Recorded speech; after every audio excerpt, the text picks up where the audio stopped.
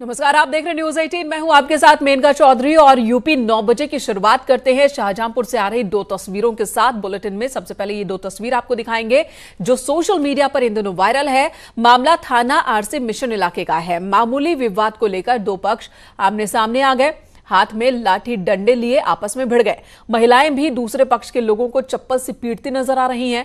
बताया ये जा रहा है कि किराए के मकान को लेकर विवाद की शुरुआत हुई और इसी विवाद में देखिए एक दूसरे पर ये हमलावर हैं।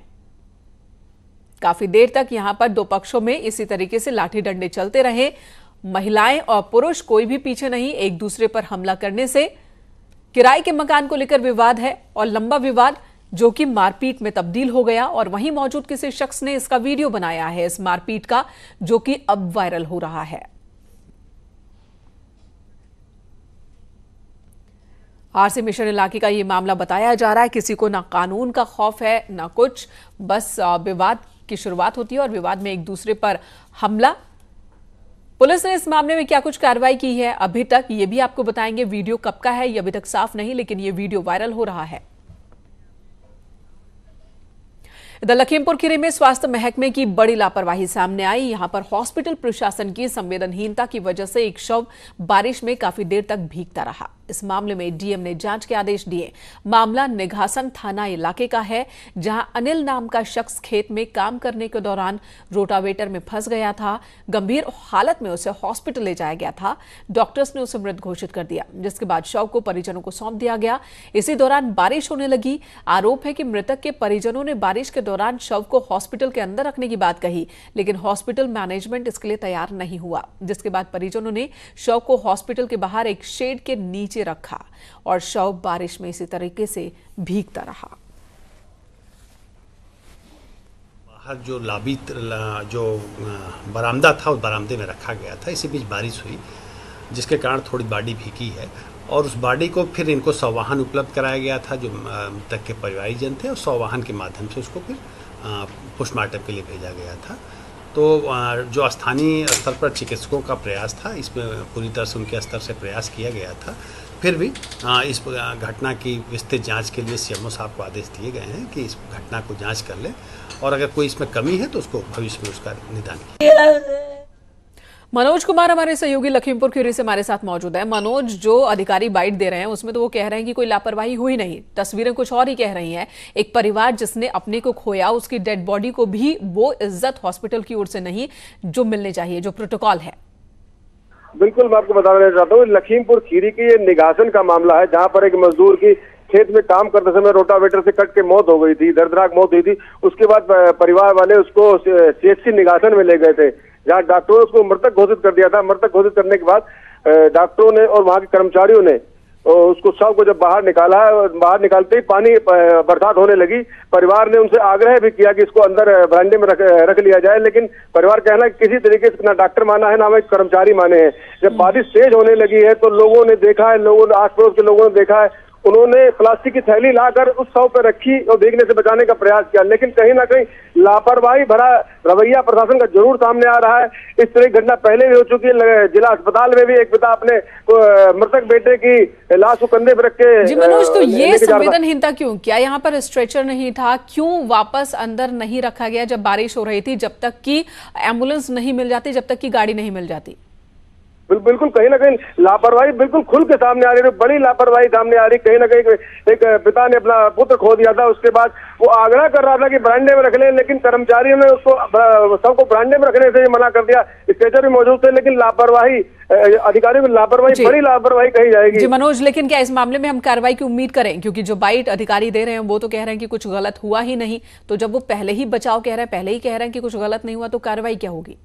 तस्वीरों में साफ तौर पर देखा जा सकता है कि एक पिता के पुत्र की लाश पानी में भीग रही है, लेकिन उसको बरामदे में रखने भी नहीं दिया जा रहा। प्रशासन कहीं ना कहीं इस मामले में लीपापोती करने में लगा हुआ है। कहीं ना कहीं दबी जवान प्रशासन कह रहा है। तो डीएम ने फिलहाल जांच के आदेश दे दिए, देखते हैं इस मामले में जांच क्या होती है। धन्यवाद इस वक्त पूरी बातचीत के लिए। बहराइच में एक मैरिज लॉन के पास एक युवक लहूलुहान हालत में मिला, जिसका गला रेता हुआ था। युवक को स्थानीय लोगों ने इलाज के लिए हॉस्पिटल में भर्ती कराया, जहां उसकी हालत बेहद गंभीर बताई जा रही है, जिसके बाद उसे लखनऊ रेफर किया गया। घायल युवक सलारगंज इलाके का रहने वाला है। पुलिस के मुताबिक युवक की हत्या की कोशिश की गई थी।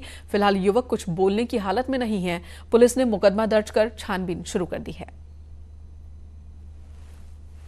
सूचना मिली कि एक युवक घायल अवस्था में, जिसका गला रेंदा हुआ है, रेता गया है, सी के लॉन में घायल अवस्था में पड़ा है। तो सूचना पर पुलिस पहुंची और उसको ला करके जिला चिकित्सालय दाखिल कराया। उसकी सीरियस स्थिति को देखते हुए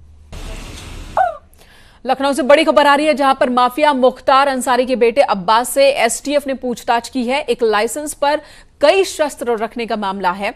अब्बास से उसकी लाइसेंसी पिस्टल के बारे में जानकारी ली गई, पूछताछ की गई। महानगर थाने में अब्बास पर एफआईआर दर्ज है और इसी मामले में कार्रवाई हो रही है। मुख्तार अंसारी के बेटे अब्बास से एसटीएफ ने पूछताछ की है और पूछताछ इस बात को लेकर है कि एक ही लाइसेंस पे कई हथियार उन्होंने कई बार खरीदे हैं और इससे पहले भी कई कार्रवाई मुख्तार अब्बास के करीबियों पर की गई है। मुख्तार अंसारी के बेटे अब्बास के साथ ही पीए और कई करीबियों पर कार्रवाई की गई। 8 लाइसेंस जो हैं शस्त्र लाइसेंस वो रद्द कर दिए गए और इसी बीच अब्बास से एसटीएफ पूछताछ भी कर रही है अब्बास अंसारी से कि आखिर एक लाइसेंस पर कितने शस्त्र उन्होंने रखे हैं और ऐसा क्यों किया है। पिस्टल के बारे में भी जानकारी हासिल की जा रही है। महानगर थाने में एफआईआर दर्ज है और इसी सिलसिले में ये कार्रवाई हो रही है। ऋषभ मणि त्रिपाठी हमारे सहयोगी लखनऊ से हमारे साथ मौजूद हैं। इस पूछताछ में कुछ हासिल हुआ ऋषभ? मेनका देखिए, एसटीएफ जो जानना चाह रही है कि एक लाइसेंसी पिस्टल अभी भी अब्बास के पास थी, उसके बारे में जानकारी ली गई। तो अब्बास ने ये बताया कि नई दिल्ली के एक आर्म्स डीलर के पास उसने वो जमा करवा दी है। अब उनके इसी बयान की तस्दीक में एसटीएफ लग गई है। अपने आप को नेशनल शूटर अब्बास बताता है और एक लाइसेंस पे कई शस्त्र लेने का इनके ऊपर आरोप है। उन्होंने अपने कुछ क्लॉज बताए हैं निशानेबाजी को लेकर के कि उनके पास ये छूट है कि वो एक लाइसेंस पे कई शस्त्र ले सकते हैं। इन्हीं बातों की तस्दीक की जा रही है। हालांकि पिछले दिनों लखनऊ और नई दिल्ली के इनके ठिकानों पर एसटीएफ ने छापेमारी की थी, सिविल पुलिस भी साथ में थी और इनसे कई असलहे और कारतूस जब्त किए गए थे। और अभी एसटीएफ ने फिर कहा है कि इनको जल्दी बुलाया जाएगा और इन्होंने जो बयान कल दिए हैं उसकी तस्दीक की जाएगी, उसको वेरीफाई किया जाएगा, क्रॉस चेक किया जाएगा, फिर आगे की कार्रवाई तय होगी। बिल्कुल ऋषभ मणि, धन्यवाद इस वक्त पूरी जानकारी देने के लिए। और इससे पहले गाजीपुर मुख्तार अंसारी के सगे भाई पीए समेत सहयोगियों के 10 शस्त्र लाइसेंस निलंबित कर दिए गए। मुख्तार के भाई पूर्व विधायक शिवगत उल्लाह के 3 शस्त्र लाइसेंस निलंबित किए गए हैं। पीए रहे जाकिर हुसैन मिसबाहुद्दीन के शस्त्र भी लाइसेंस निलंबित किए गए। मुख्तार के करीबी विक्रम अग्रही अबू फकर अलाउद्दीन के शस्त्र लाइसेंस भी निलंबित हुए। गाजीपुर पुलिस ने मुख्तार के करीबियों के 8 असलहे जमा कराए। इधर मुरादाबाद में नाले में गिरे रोडवेज परिचालक के रेस्क्यू की तस्वीरें आपको दिखाते हैं। एक्सक्लूसिव तस्वीर इस वक्त आप देख रहे हैं। प्रदीप नाम का ये शख्स खुले नाले में गिर गया, केवल उसका मुंह ही नाले से बाहर निकला था। गनीमत रही कि उस वक्त नजर पुलिसकर्मियों की उन पर पड़ गई, जिसके बाद इन्हें सकुशल बाहर निकाल लिया गया। दरअसल गल शहीद इलाके में पुराने बस अड्डे के पास एक खुला नाला है, जिसमें बुधवार रात को कंडक्टर गिर गया, जिस पर लेपर्ड पुलिस की नजर पड़ी। सिपाहियों ने शोर मचाकर स्थानीय लोगों को भी बुलाया, फिर रेस्क्यू की शुरुआत हुई और इन्हें बाहर निकाल लिया गया। इधर उन्नाव में अवैध खनन माफिया पर शिकंजा कसना शुरू हो चुका है। बीती रात ट्रांसगंगा बैराज में प्रशासन ने छापेमारी की, जहां रानीघाट में बड़ी संख्या में ओवरलोडेड ट्रक और डंपर पकड़े गए, जिसके बाद प्रशासन ने ट्रक और डंपर चालकों का चालान काटा। 11 वाहन सीज किए गए। सिटी मजिस्ट्रेट चंदन पटेल की अगुवाई में खनिज अधिकारी और एआरटीओ ने यह छापेमारी की थी। इधर लखनऊ में न्यूज 18 की खबर का बड़ा असर हुआ है। कोरोना महामारी में ढिलाई बरतने के लिए सीएम योगी आदित्यनाथ ने राम मनोहर लोहिया अस्पताल के निदेशक प्रोफेसर एके त्रिपाठी को हटा दिया है। आरएमएल में अनियमितताओं की खबर न्यूज 18 ने दिखाई थी, जिसका असर हुआ। अब पूरे कार्यवाहक निदेशक प्रोफेसर नुजहत हुसैन को निदेशक का चार्ज सौंपा गया है।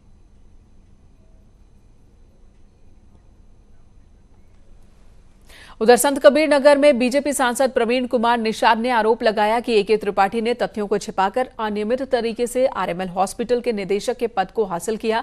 निदेशक पद के फॉर्म में अपने विरुद्ध चल रही विभागीय जांच की जानकारी उन्होंने छिपाई। सांसद ने आरोप लगाया कि केजीएमयू में एनेस्थीसिया विभाग के हेड रहने के दौरान समूह ग की नियुक्ति में धांधली उन्होंने की थी। मुख्यमंत्री, राज्यपाल और चिकित्सा शिक्षा मंत्री को उन्होंने पत्र लिखकर ये तमाम आरोप लगाए हैं, जिसके बाद जांच के आदेश दिए गए और अब निदेशक को हटा दिया गया। प्रशांत पांडे हमारे सहयोगी लखनऊ से हमारे साथ जुड़ चुके हैं। प्रशांत, आरएमएल हॉस्पिटल में ये एक बड़ी कार्रवाई की गई है, अब कई गंभीर आरोप इन पर लगे।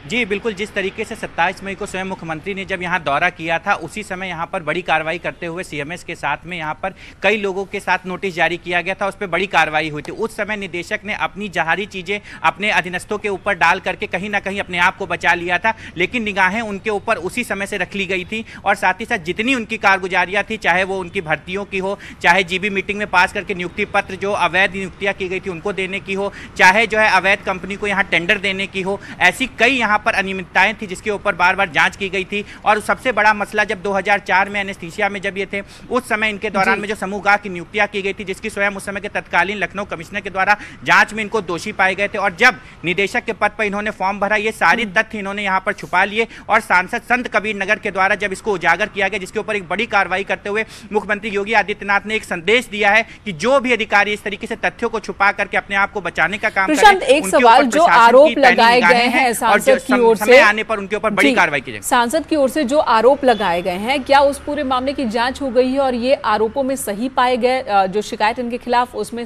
दोषी पाए गए जिसके बाद कार्रवाई हुई है, या जांच अभी चल रही है और कार्रवाई की गई है?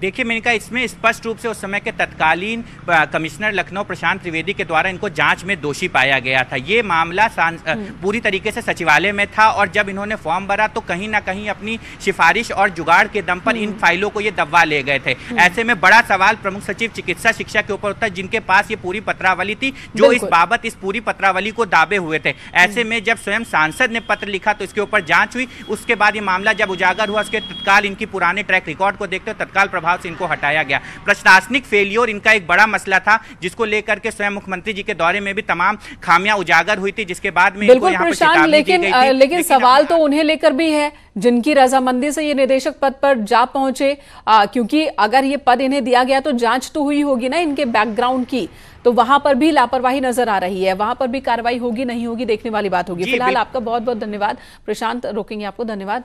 अगली खबर का रुख कर लेते हैं। यूपी में कोरोना के जो आंकड़े बढ़ रहे हैं उसकी बात कर लेते हैं। आंकड़ों की अगर हम बात करें तो कुल मरीजों की संख्या इस वक्त उत्तर प्रदेश में 19,557 है। बीते 24 घंटे में यूपी में 700 नए कोरोना केस मिले हैं।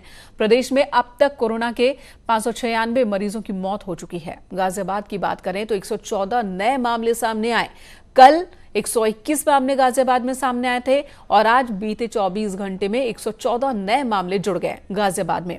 अमित राणा गाजियाबाद से हमारे साथ जुड़ चुके हैं। अमित, आपने बताया कि यहाँ लोगों में लापरवाही भी देखने को मिल रही है। तमाम जो प्रशासन एहतियात बरतने को कह रहा है वो लोग बरत नहीं रहे हैं और नतीजा इन आंकड़ों में देखने को मिल रहा है।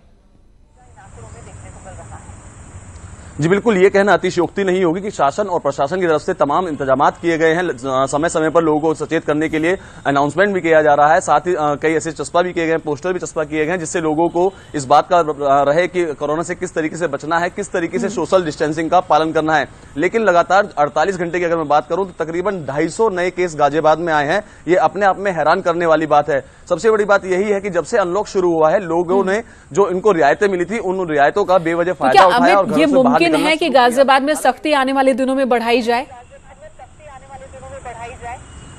जिस तरह से हालात यहां देखने को मिल रहे हैं, दिन ब दिन जो कोरोना के पेशेंट हैं उनकी मात्रा, उनकी जो तादाद है वो बढ़ती जा रही है। ऐसे में शासन और प्रशासन दोनों ही इस बात को लेकर एक बैठक करने को तैयार है और उनका कहना है कि जल्दी इस पर भी कोई फैसला लिया जाएगा, क्योंकि लॉकडाउन, अनलॉक से पहले जब लॉकडाउन चल रहा था उस दौरान शासन ने बेहद सख्ती दिखाई थी और यही कारण भी था कि उस दौरान जो कोरोना के पेशेंट थे दिन में 4 या 5 या मैक्सिमम जो आते थे वो 10 तक पहुंचते थे। लेकिन जैसे ही अनलॉक हुआ उसके बाद से जो रियायतें लोगों को मिली है, उन रियायतों की वजह से लगातार जो कोरोना के पेशेंट पेशेंट है वो बढ़ते जा रहे हैं। तो ऐसे में प्रशासनिक तौर पर एक बैठक बुलाई जाएगी, उसमें इस बात को लेकर फैसला किया जाएगा किस तरीके से इनसे निपटा जाए, क्या सख्ती की जाए। जैसे अगर मैं बात करूं अनलॉक से पहले की, तो उस दौरान जो दुकानें खुलने का समय था वो 2 बजे तक और 4 बजे तक था। वहीं दूसरी ओर जो हालांकि अभी भी सेक्टर स्कीम लागू यहाँ पर की गई है और इसमें यह किया गया है कि अगर दुकानें जो खुलने वाली हैं वो दुकानें एक दिन लेफ्ट हैंड साइड की दुकानें खुलेंगी, वहीं दूसरे दिन राइट हैंड साइड की दुकानें खुलेंगी। और संडे के दिन बावजूद जो आंकड़े वो बढ़ रहे हैं तो परेशानी इस वजह से बढ़ जाती है कि अब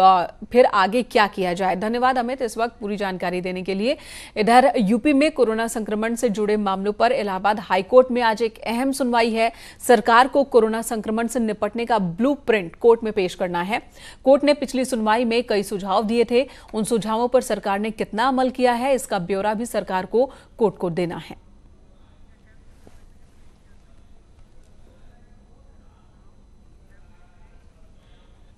ब्रेक के बाद एक बार फिर से स्वागत आप सभी का। खबर अलीगढ़ से, जहां पर 3 लोगों के संदिग्ध हालात में मौत हुई है, जिसके बाद पूरे इलाके में इस वक्त सनसनी का माहौल है। घटना बन्ना देवी इलाके के नगला बरौला की है।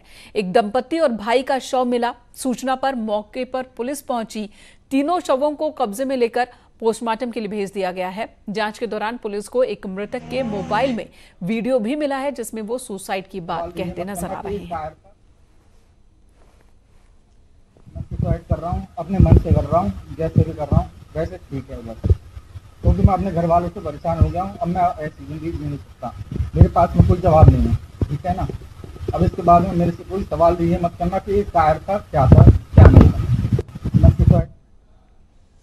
तो ये वीडियो जो इस वक्त आप देख सुन रहे हैं, ये आत्महत्या से ठीक पहले का वीडियो है, जिसमें ये शख्स कह रहा है कि अपने घर वालों से परेशान हो चुका है और अब इसके पास और कोई रास्ता नहीं है। जो करने जा रहा है होशो हवास में करने जा रहा है और इस खुद ही जिम्मेदार है इसके लिए, किसी से कुछ नहीं कहना है। तो नाराजगी घर वालों से, जो घरेलू परिस्थिति है उससे उसकी नजर आ रही है साफ साफ, जिसके बाद 3 डेड बॉडी इस मकान के अंदर से पुलिस ने बरामद की है। रंजीत सिंह हमारे सहयोगी अलीगढ़ से हमारे साथ जुड़ गए हैं। रंजीत, ये तीनों कौन हैं, क्या करते थे, सुसाइड जैसा कदम उठाया इन्होंने? मेनका मैं आपको बता दूं, ये जो मामला है ये बन्ना देवी इलाके के नगला बरौला का है। ये पति पत्नी और देवर तीनों की हत्या हो चुकी है, जिसमें एक वीडियो भी आया है निकल के, जो पति का बताया जा रहा है कि इसने पहले पत्नी को गोली मारी है, उसको गोली मारने के बाद फिर खुद को गोली मारी है। जब देवर गोली की आवाज सुन के पहुंचा है तो उसने इन दोनों को गोली मरे हुए देखा था, फिर उसने उसी से अपने आप को गोली मार ली है, ऐसा वहां के राहगीरों का कहना है। पुलिस अधिकारी मौके पर पहुंच चुके हैं, जांच कर रहे हैं और उन्होंने बोला है जांच के बाद जो भी चीज सामने आएगी उसके बारे में बताया जाएगा। जी, तो पुलिस क्या कह रही है? शुरुआती तौर पर पुलिस का क्या कहना है? ये अजीबोगरीब मामला लगता है कि एक शख्स अपनी पत्नी को मारता है, सुसाइड करता है, देवर देखता है वो भी सुसाइड कर लेता है। शुरुआती दौर में पूछताछ में पुलिस के हाथ क्या लगे हैं? सूत्रों के हवाले से जो पता चला है, पुलिस ने जो इंटरनली सूत्रों के हिसाब से बताया है, वो ये बताया है कि ये प्रेम प्रसंग का मामला लग रहा है। जो जांच में कहीं ना कहीं इसमें प्रेम प्रसंग भी निकल कर आएगा कि इसने जो ये वीडियो है, इसमें वीडियो में साफ साफ कह रहा है कि मेरे को किसी से कोई शिकायत नहीं है, कोई परेशानी नहीं है, और उसके बाद ये इस तरीके की इतनी बड़ी घटना को अंजाम दे देता है, जिसमें 3 लोगों की हत्या हो जाती है, खुद को भी गोली मार लेता है। तो इलाके में सनसनी फैल गई है और पुलिस अभी जांच में जुट गई है और जांच के बाद बोल रही है कि जो भी चीज जांच में निकल कर आएगी उसको आगे बताया जाएगा। जी रंजीत, धन्यवाद इस वक्त पूरी जानकारी देने के लिए, पूरी बातचीत के लिए। बात कांग्रेस की करते हैं। 26 जून यानी कि कल कांग्रेस देश भर में शहीदों का सलाम दिवस मनाने की तैयारी में है, जिसके लिए कांग्रेस 20 जवानों की शहादत को सलाम करेगी, उनके प्रति श्रद्धांजलि अर्पित करेगी। कल 11 से 12 बजे के बीच ये कार्यक्रम होगा, जिसमें कई बड़े नेताओं के साथ ही कांग्रेस के कार्यकर्ता भी हिस्सा लेंगे।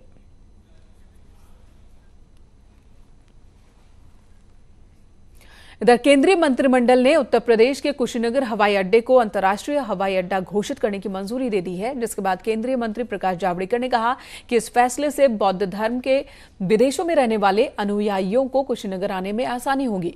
उन्होंने कहा कि Thailand, Japan, Malaysia, Vietnam, Sri Lanka जैसे देशों से बड़ी संख्या में अनुयायी कुशीनगर आना चाहते हैं, जिन्हें अब आने जाने में दिक्कत नहीं होगी। यूपी के कुशीनगर हवाई अड्डे को अंतर्राष्ट्रीय हवाई अड्डा बनाने की स्वीकृति मिलने के बाद सीएम योगी आदित्यनाथ ने पीएम मोदी और केंद्रीय कैबिनेट का आभार व्यक्त किया। सरकार ने, आदरणीय प्रधानमंत्री जी ने और केंद्रीय कैबिनेट ने अपनी स्वीकृति दी थी और आज तथागत बुद्ध की महापरिनिर्वाण स्थली कुशीनगर स्थित जो एक निर्माणाधीन एयरपोर्ट है उसे इंटरनेशनल एयरपोर्ट के रूप में अपनी स्वीकृति देने के लिए मैं आदरणीय प्रधानमंत्री जी का और केंद्रीय कैबिनेट का हृदय से आभार व्यक्त करता हूं और उत्तर प्रदेश वासियों को इसकी मैं हृदय से अपनी शुभकामनाएं भी देता हूं। वहीं कुशीनगर के स्थानीय लोगों का कहना है कि उनके लिए भी ये खबर बहुत खुशी वाली है। लोगों ने एक दूसरे को मिठाई खिलाई, सरकार को धन्यवाद भी कहा। उनका कहना है कि कुशीनगर बौद्ध सर्किट से अब जुड़ जाएगा, पर्यटन उद्योग को भी बढ़ावा मिलेगा।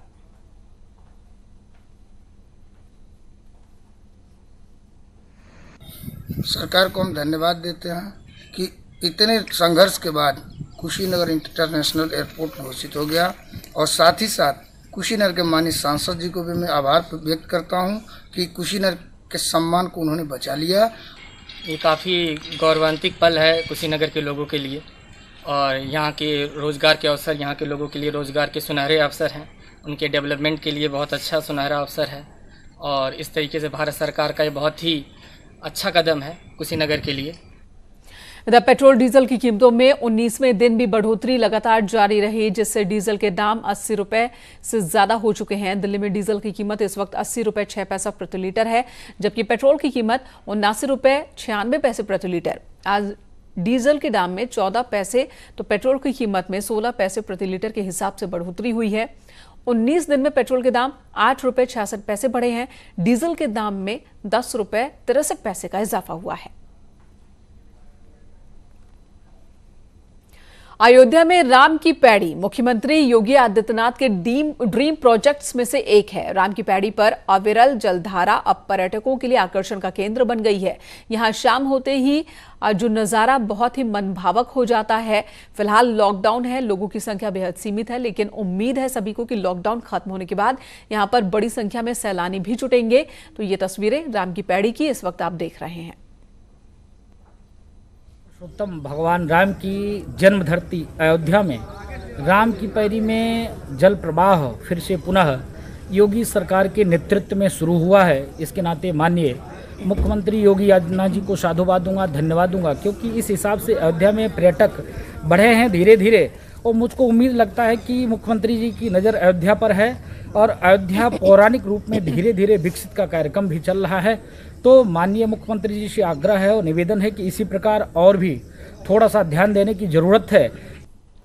और इस वक्त बड़ी खबर उत्तर प्रदेश से, जहां पर 15 पीसीएस और 1 आईएएस अधिकारी का तबादला हुआ है। वाराणसी में जमे पीसीएस अधिकारियों का आधी रात में तबादला हुआ।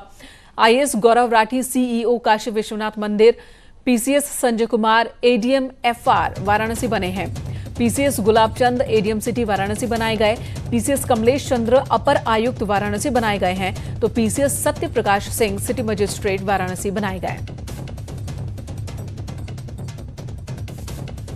उधर कौशाम्बी में जमीन के विवाद को लेकर गोली चल गई और गोली लगने से एक युवक गंभीर रूप से घायल हो गया। इलाज के लिए जिसे हॉस्पिटल ले जाया गया।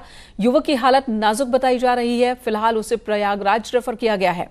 भारी पुलिस फोर्स मौके पर मौजूद है।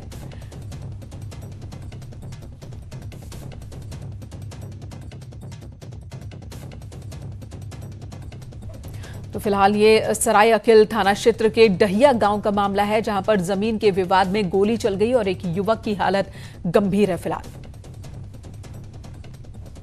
इधर चित्रकूट के भरतकूप इलाके में एक लड़के ने शादी से 2 दिन पहले अपनी होने वाली पत्नी से झगड़ा होने के बाद खुदकुशी कर ली है। उसकी शादी फरवरी में तय हुई थी, लेकिन लॉकडाउन की वजह से शादी की तारीख बढ़ती जा रही थी। किसी बात पर बहस होने के बाद उसने आत्महत्या कर ली। परिवार में अब खुशी की जगह मातम का माहौल है। फतेहपुर में कच्ची शराब बनाने वालों के खिलाफ चलाए जा रहे अभियान में पुलिस को बड़ी कामयाबी हाथ लगी है। बिंद की कोतवाली क्षेत्र के कंचनपुर गांव में चलाए गए इस अभियान में पुलिस ने 700 लीटर कच्ची शराब बरामद की। साथ ही छापे के दौरान करीब 25 क्विंटल लहन भी बरामद हुआ है, जिसे मौके पर ही नष्ट कर दिया गया। शराब बनाते समय पुलिस ने 3 आरोपियों को गिरफ्तार किया, जबकि 10 भागने में कामयाब रहे।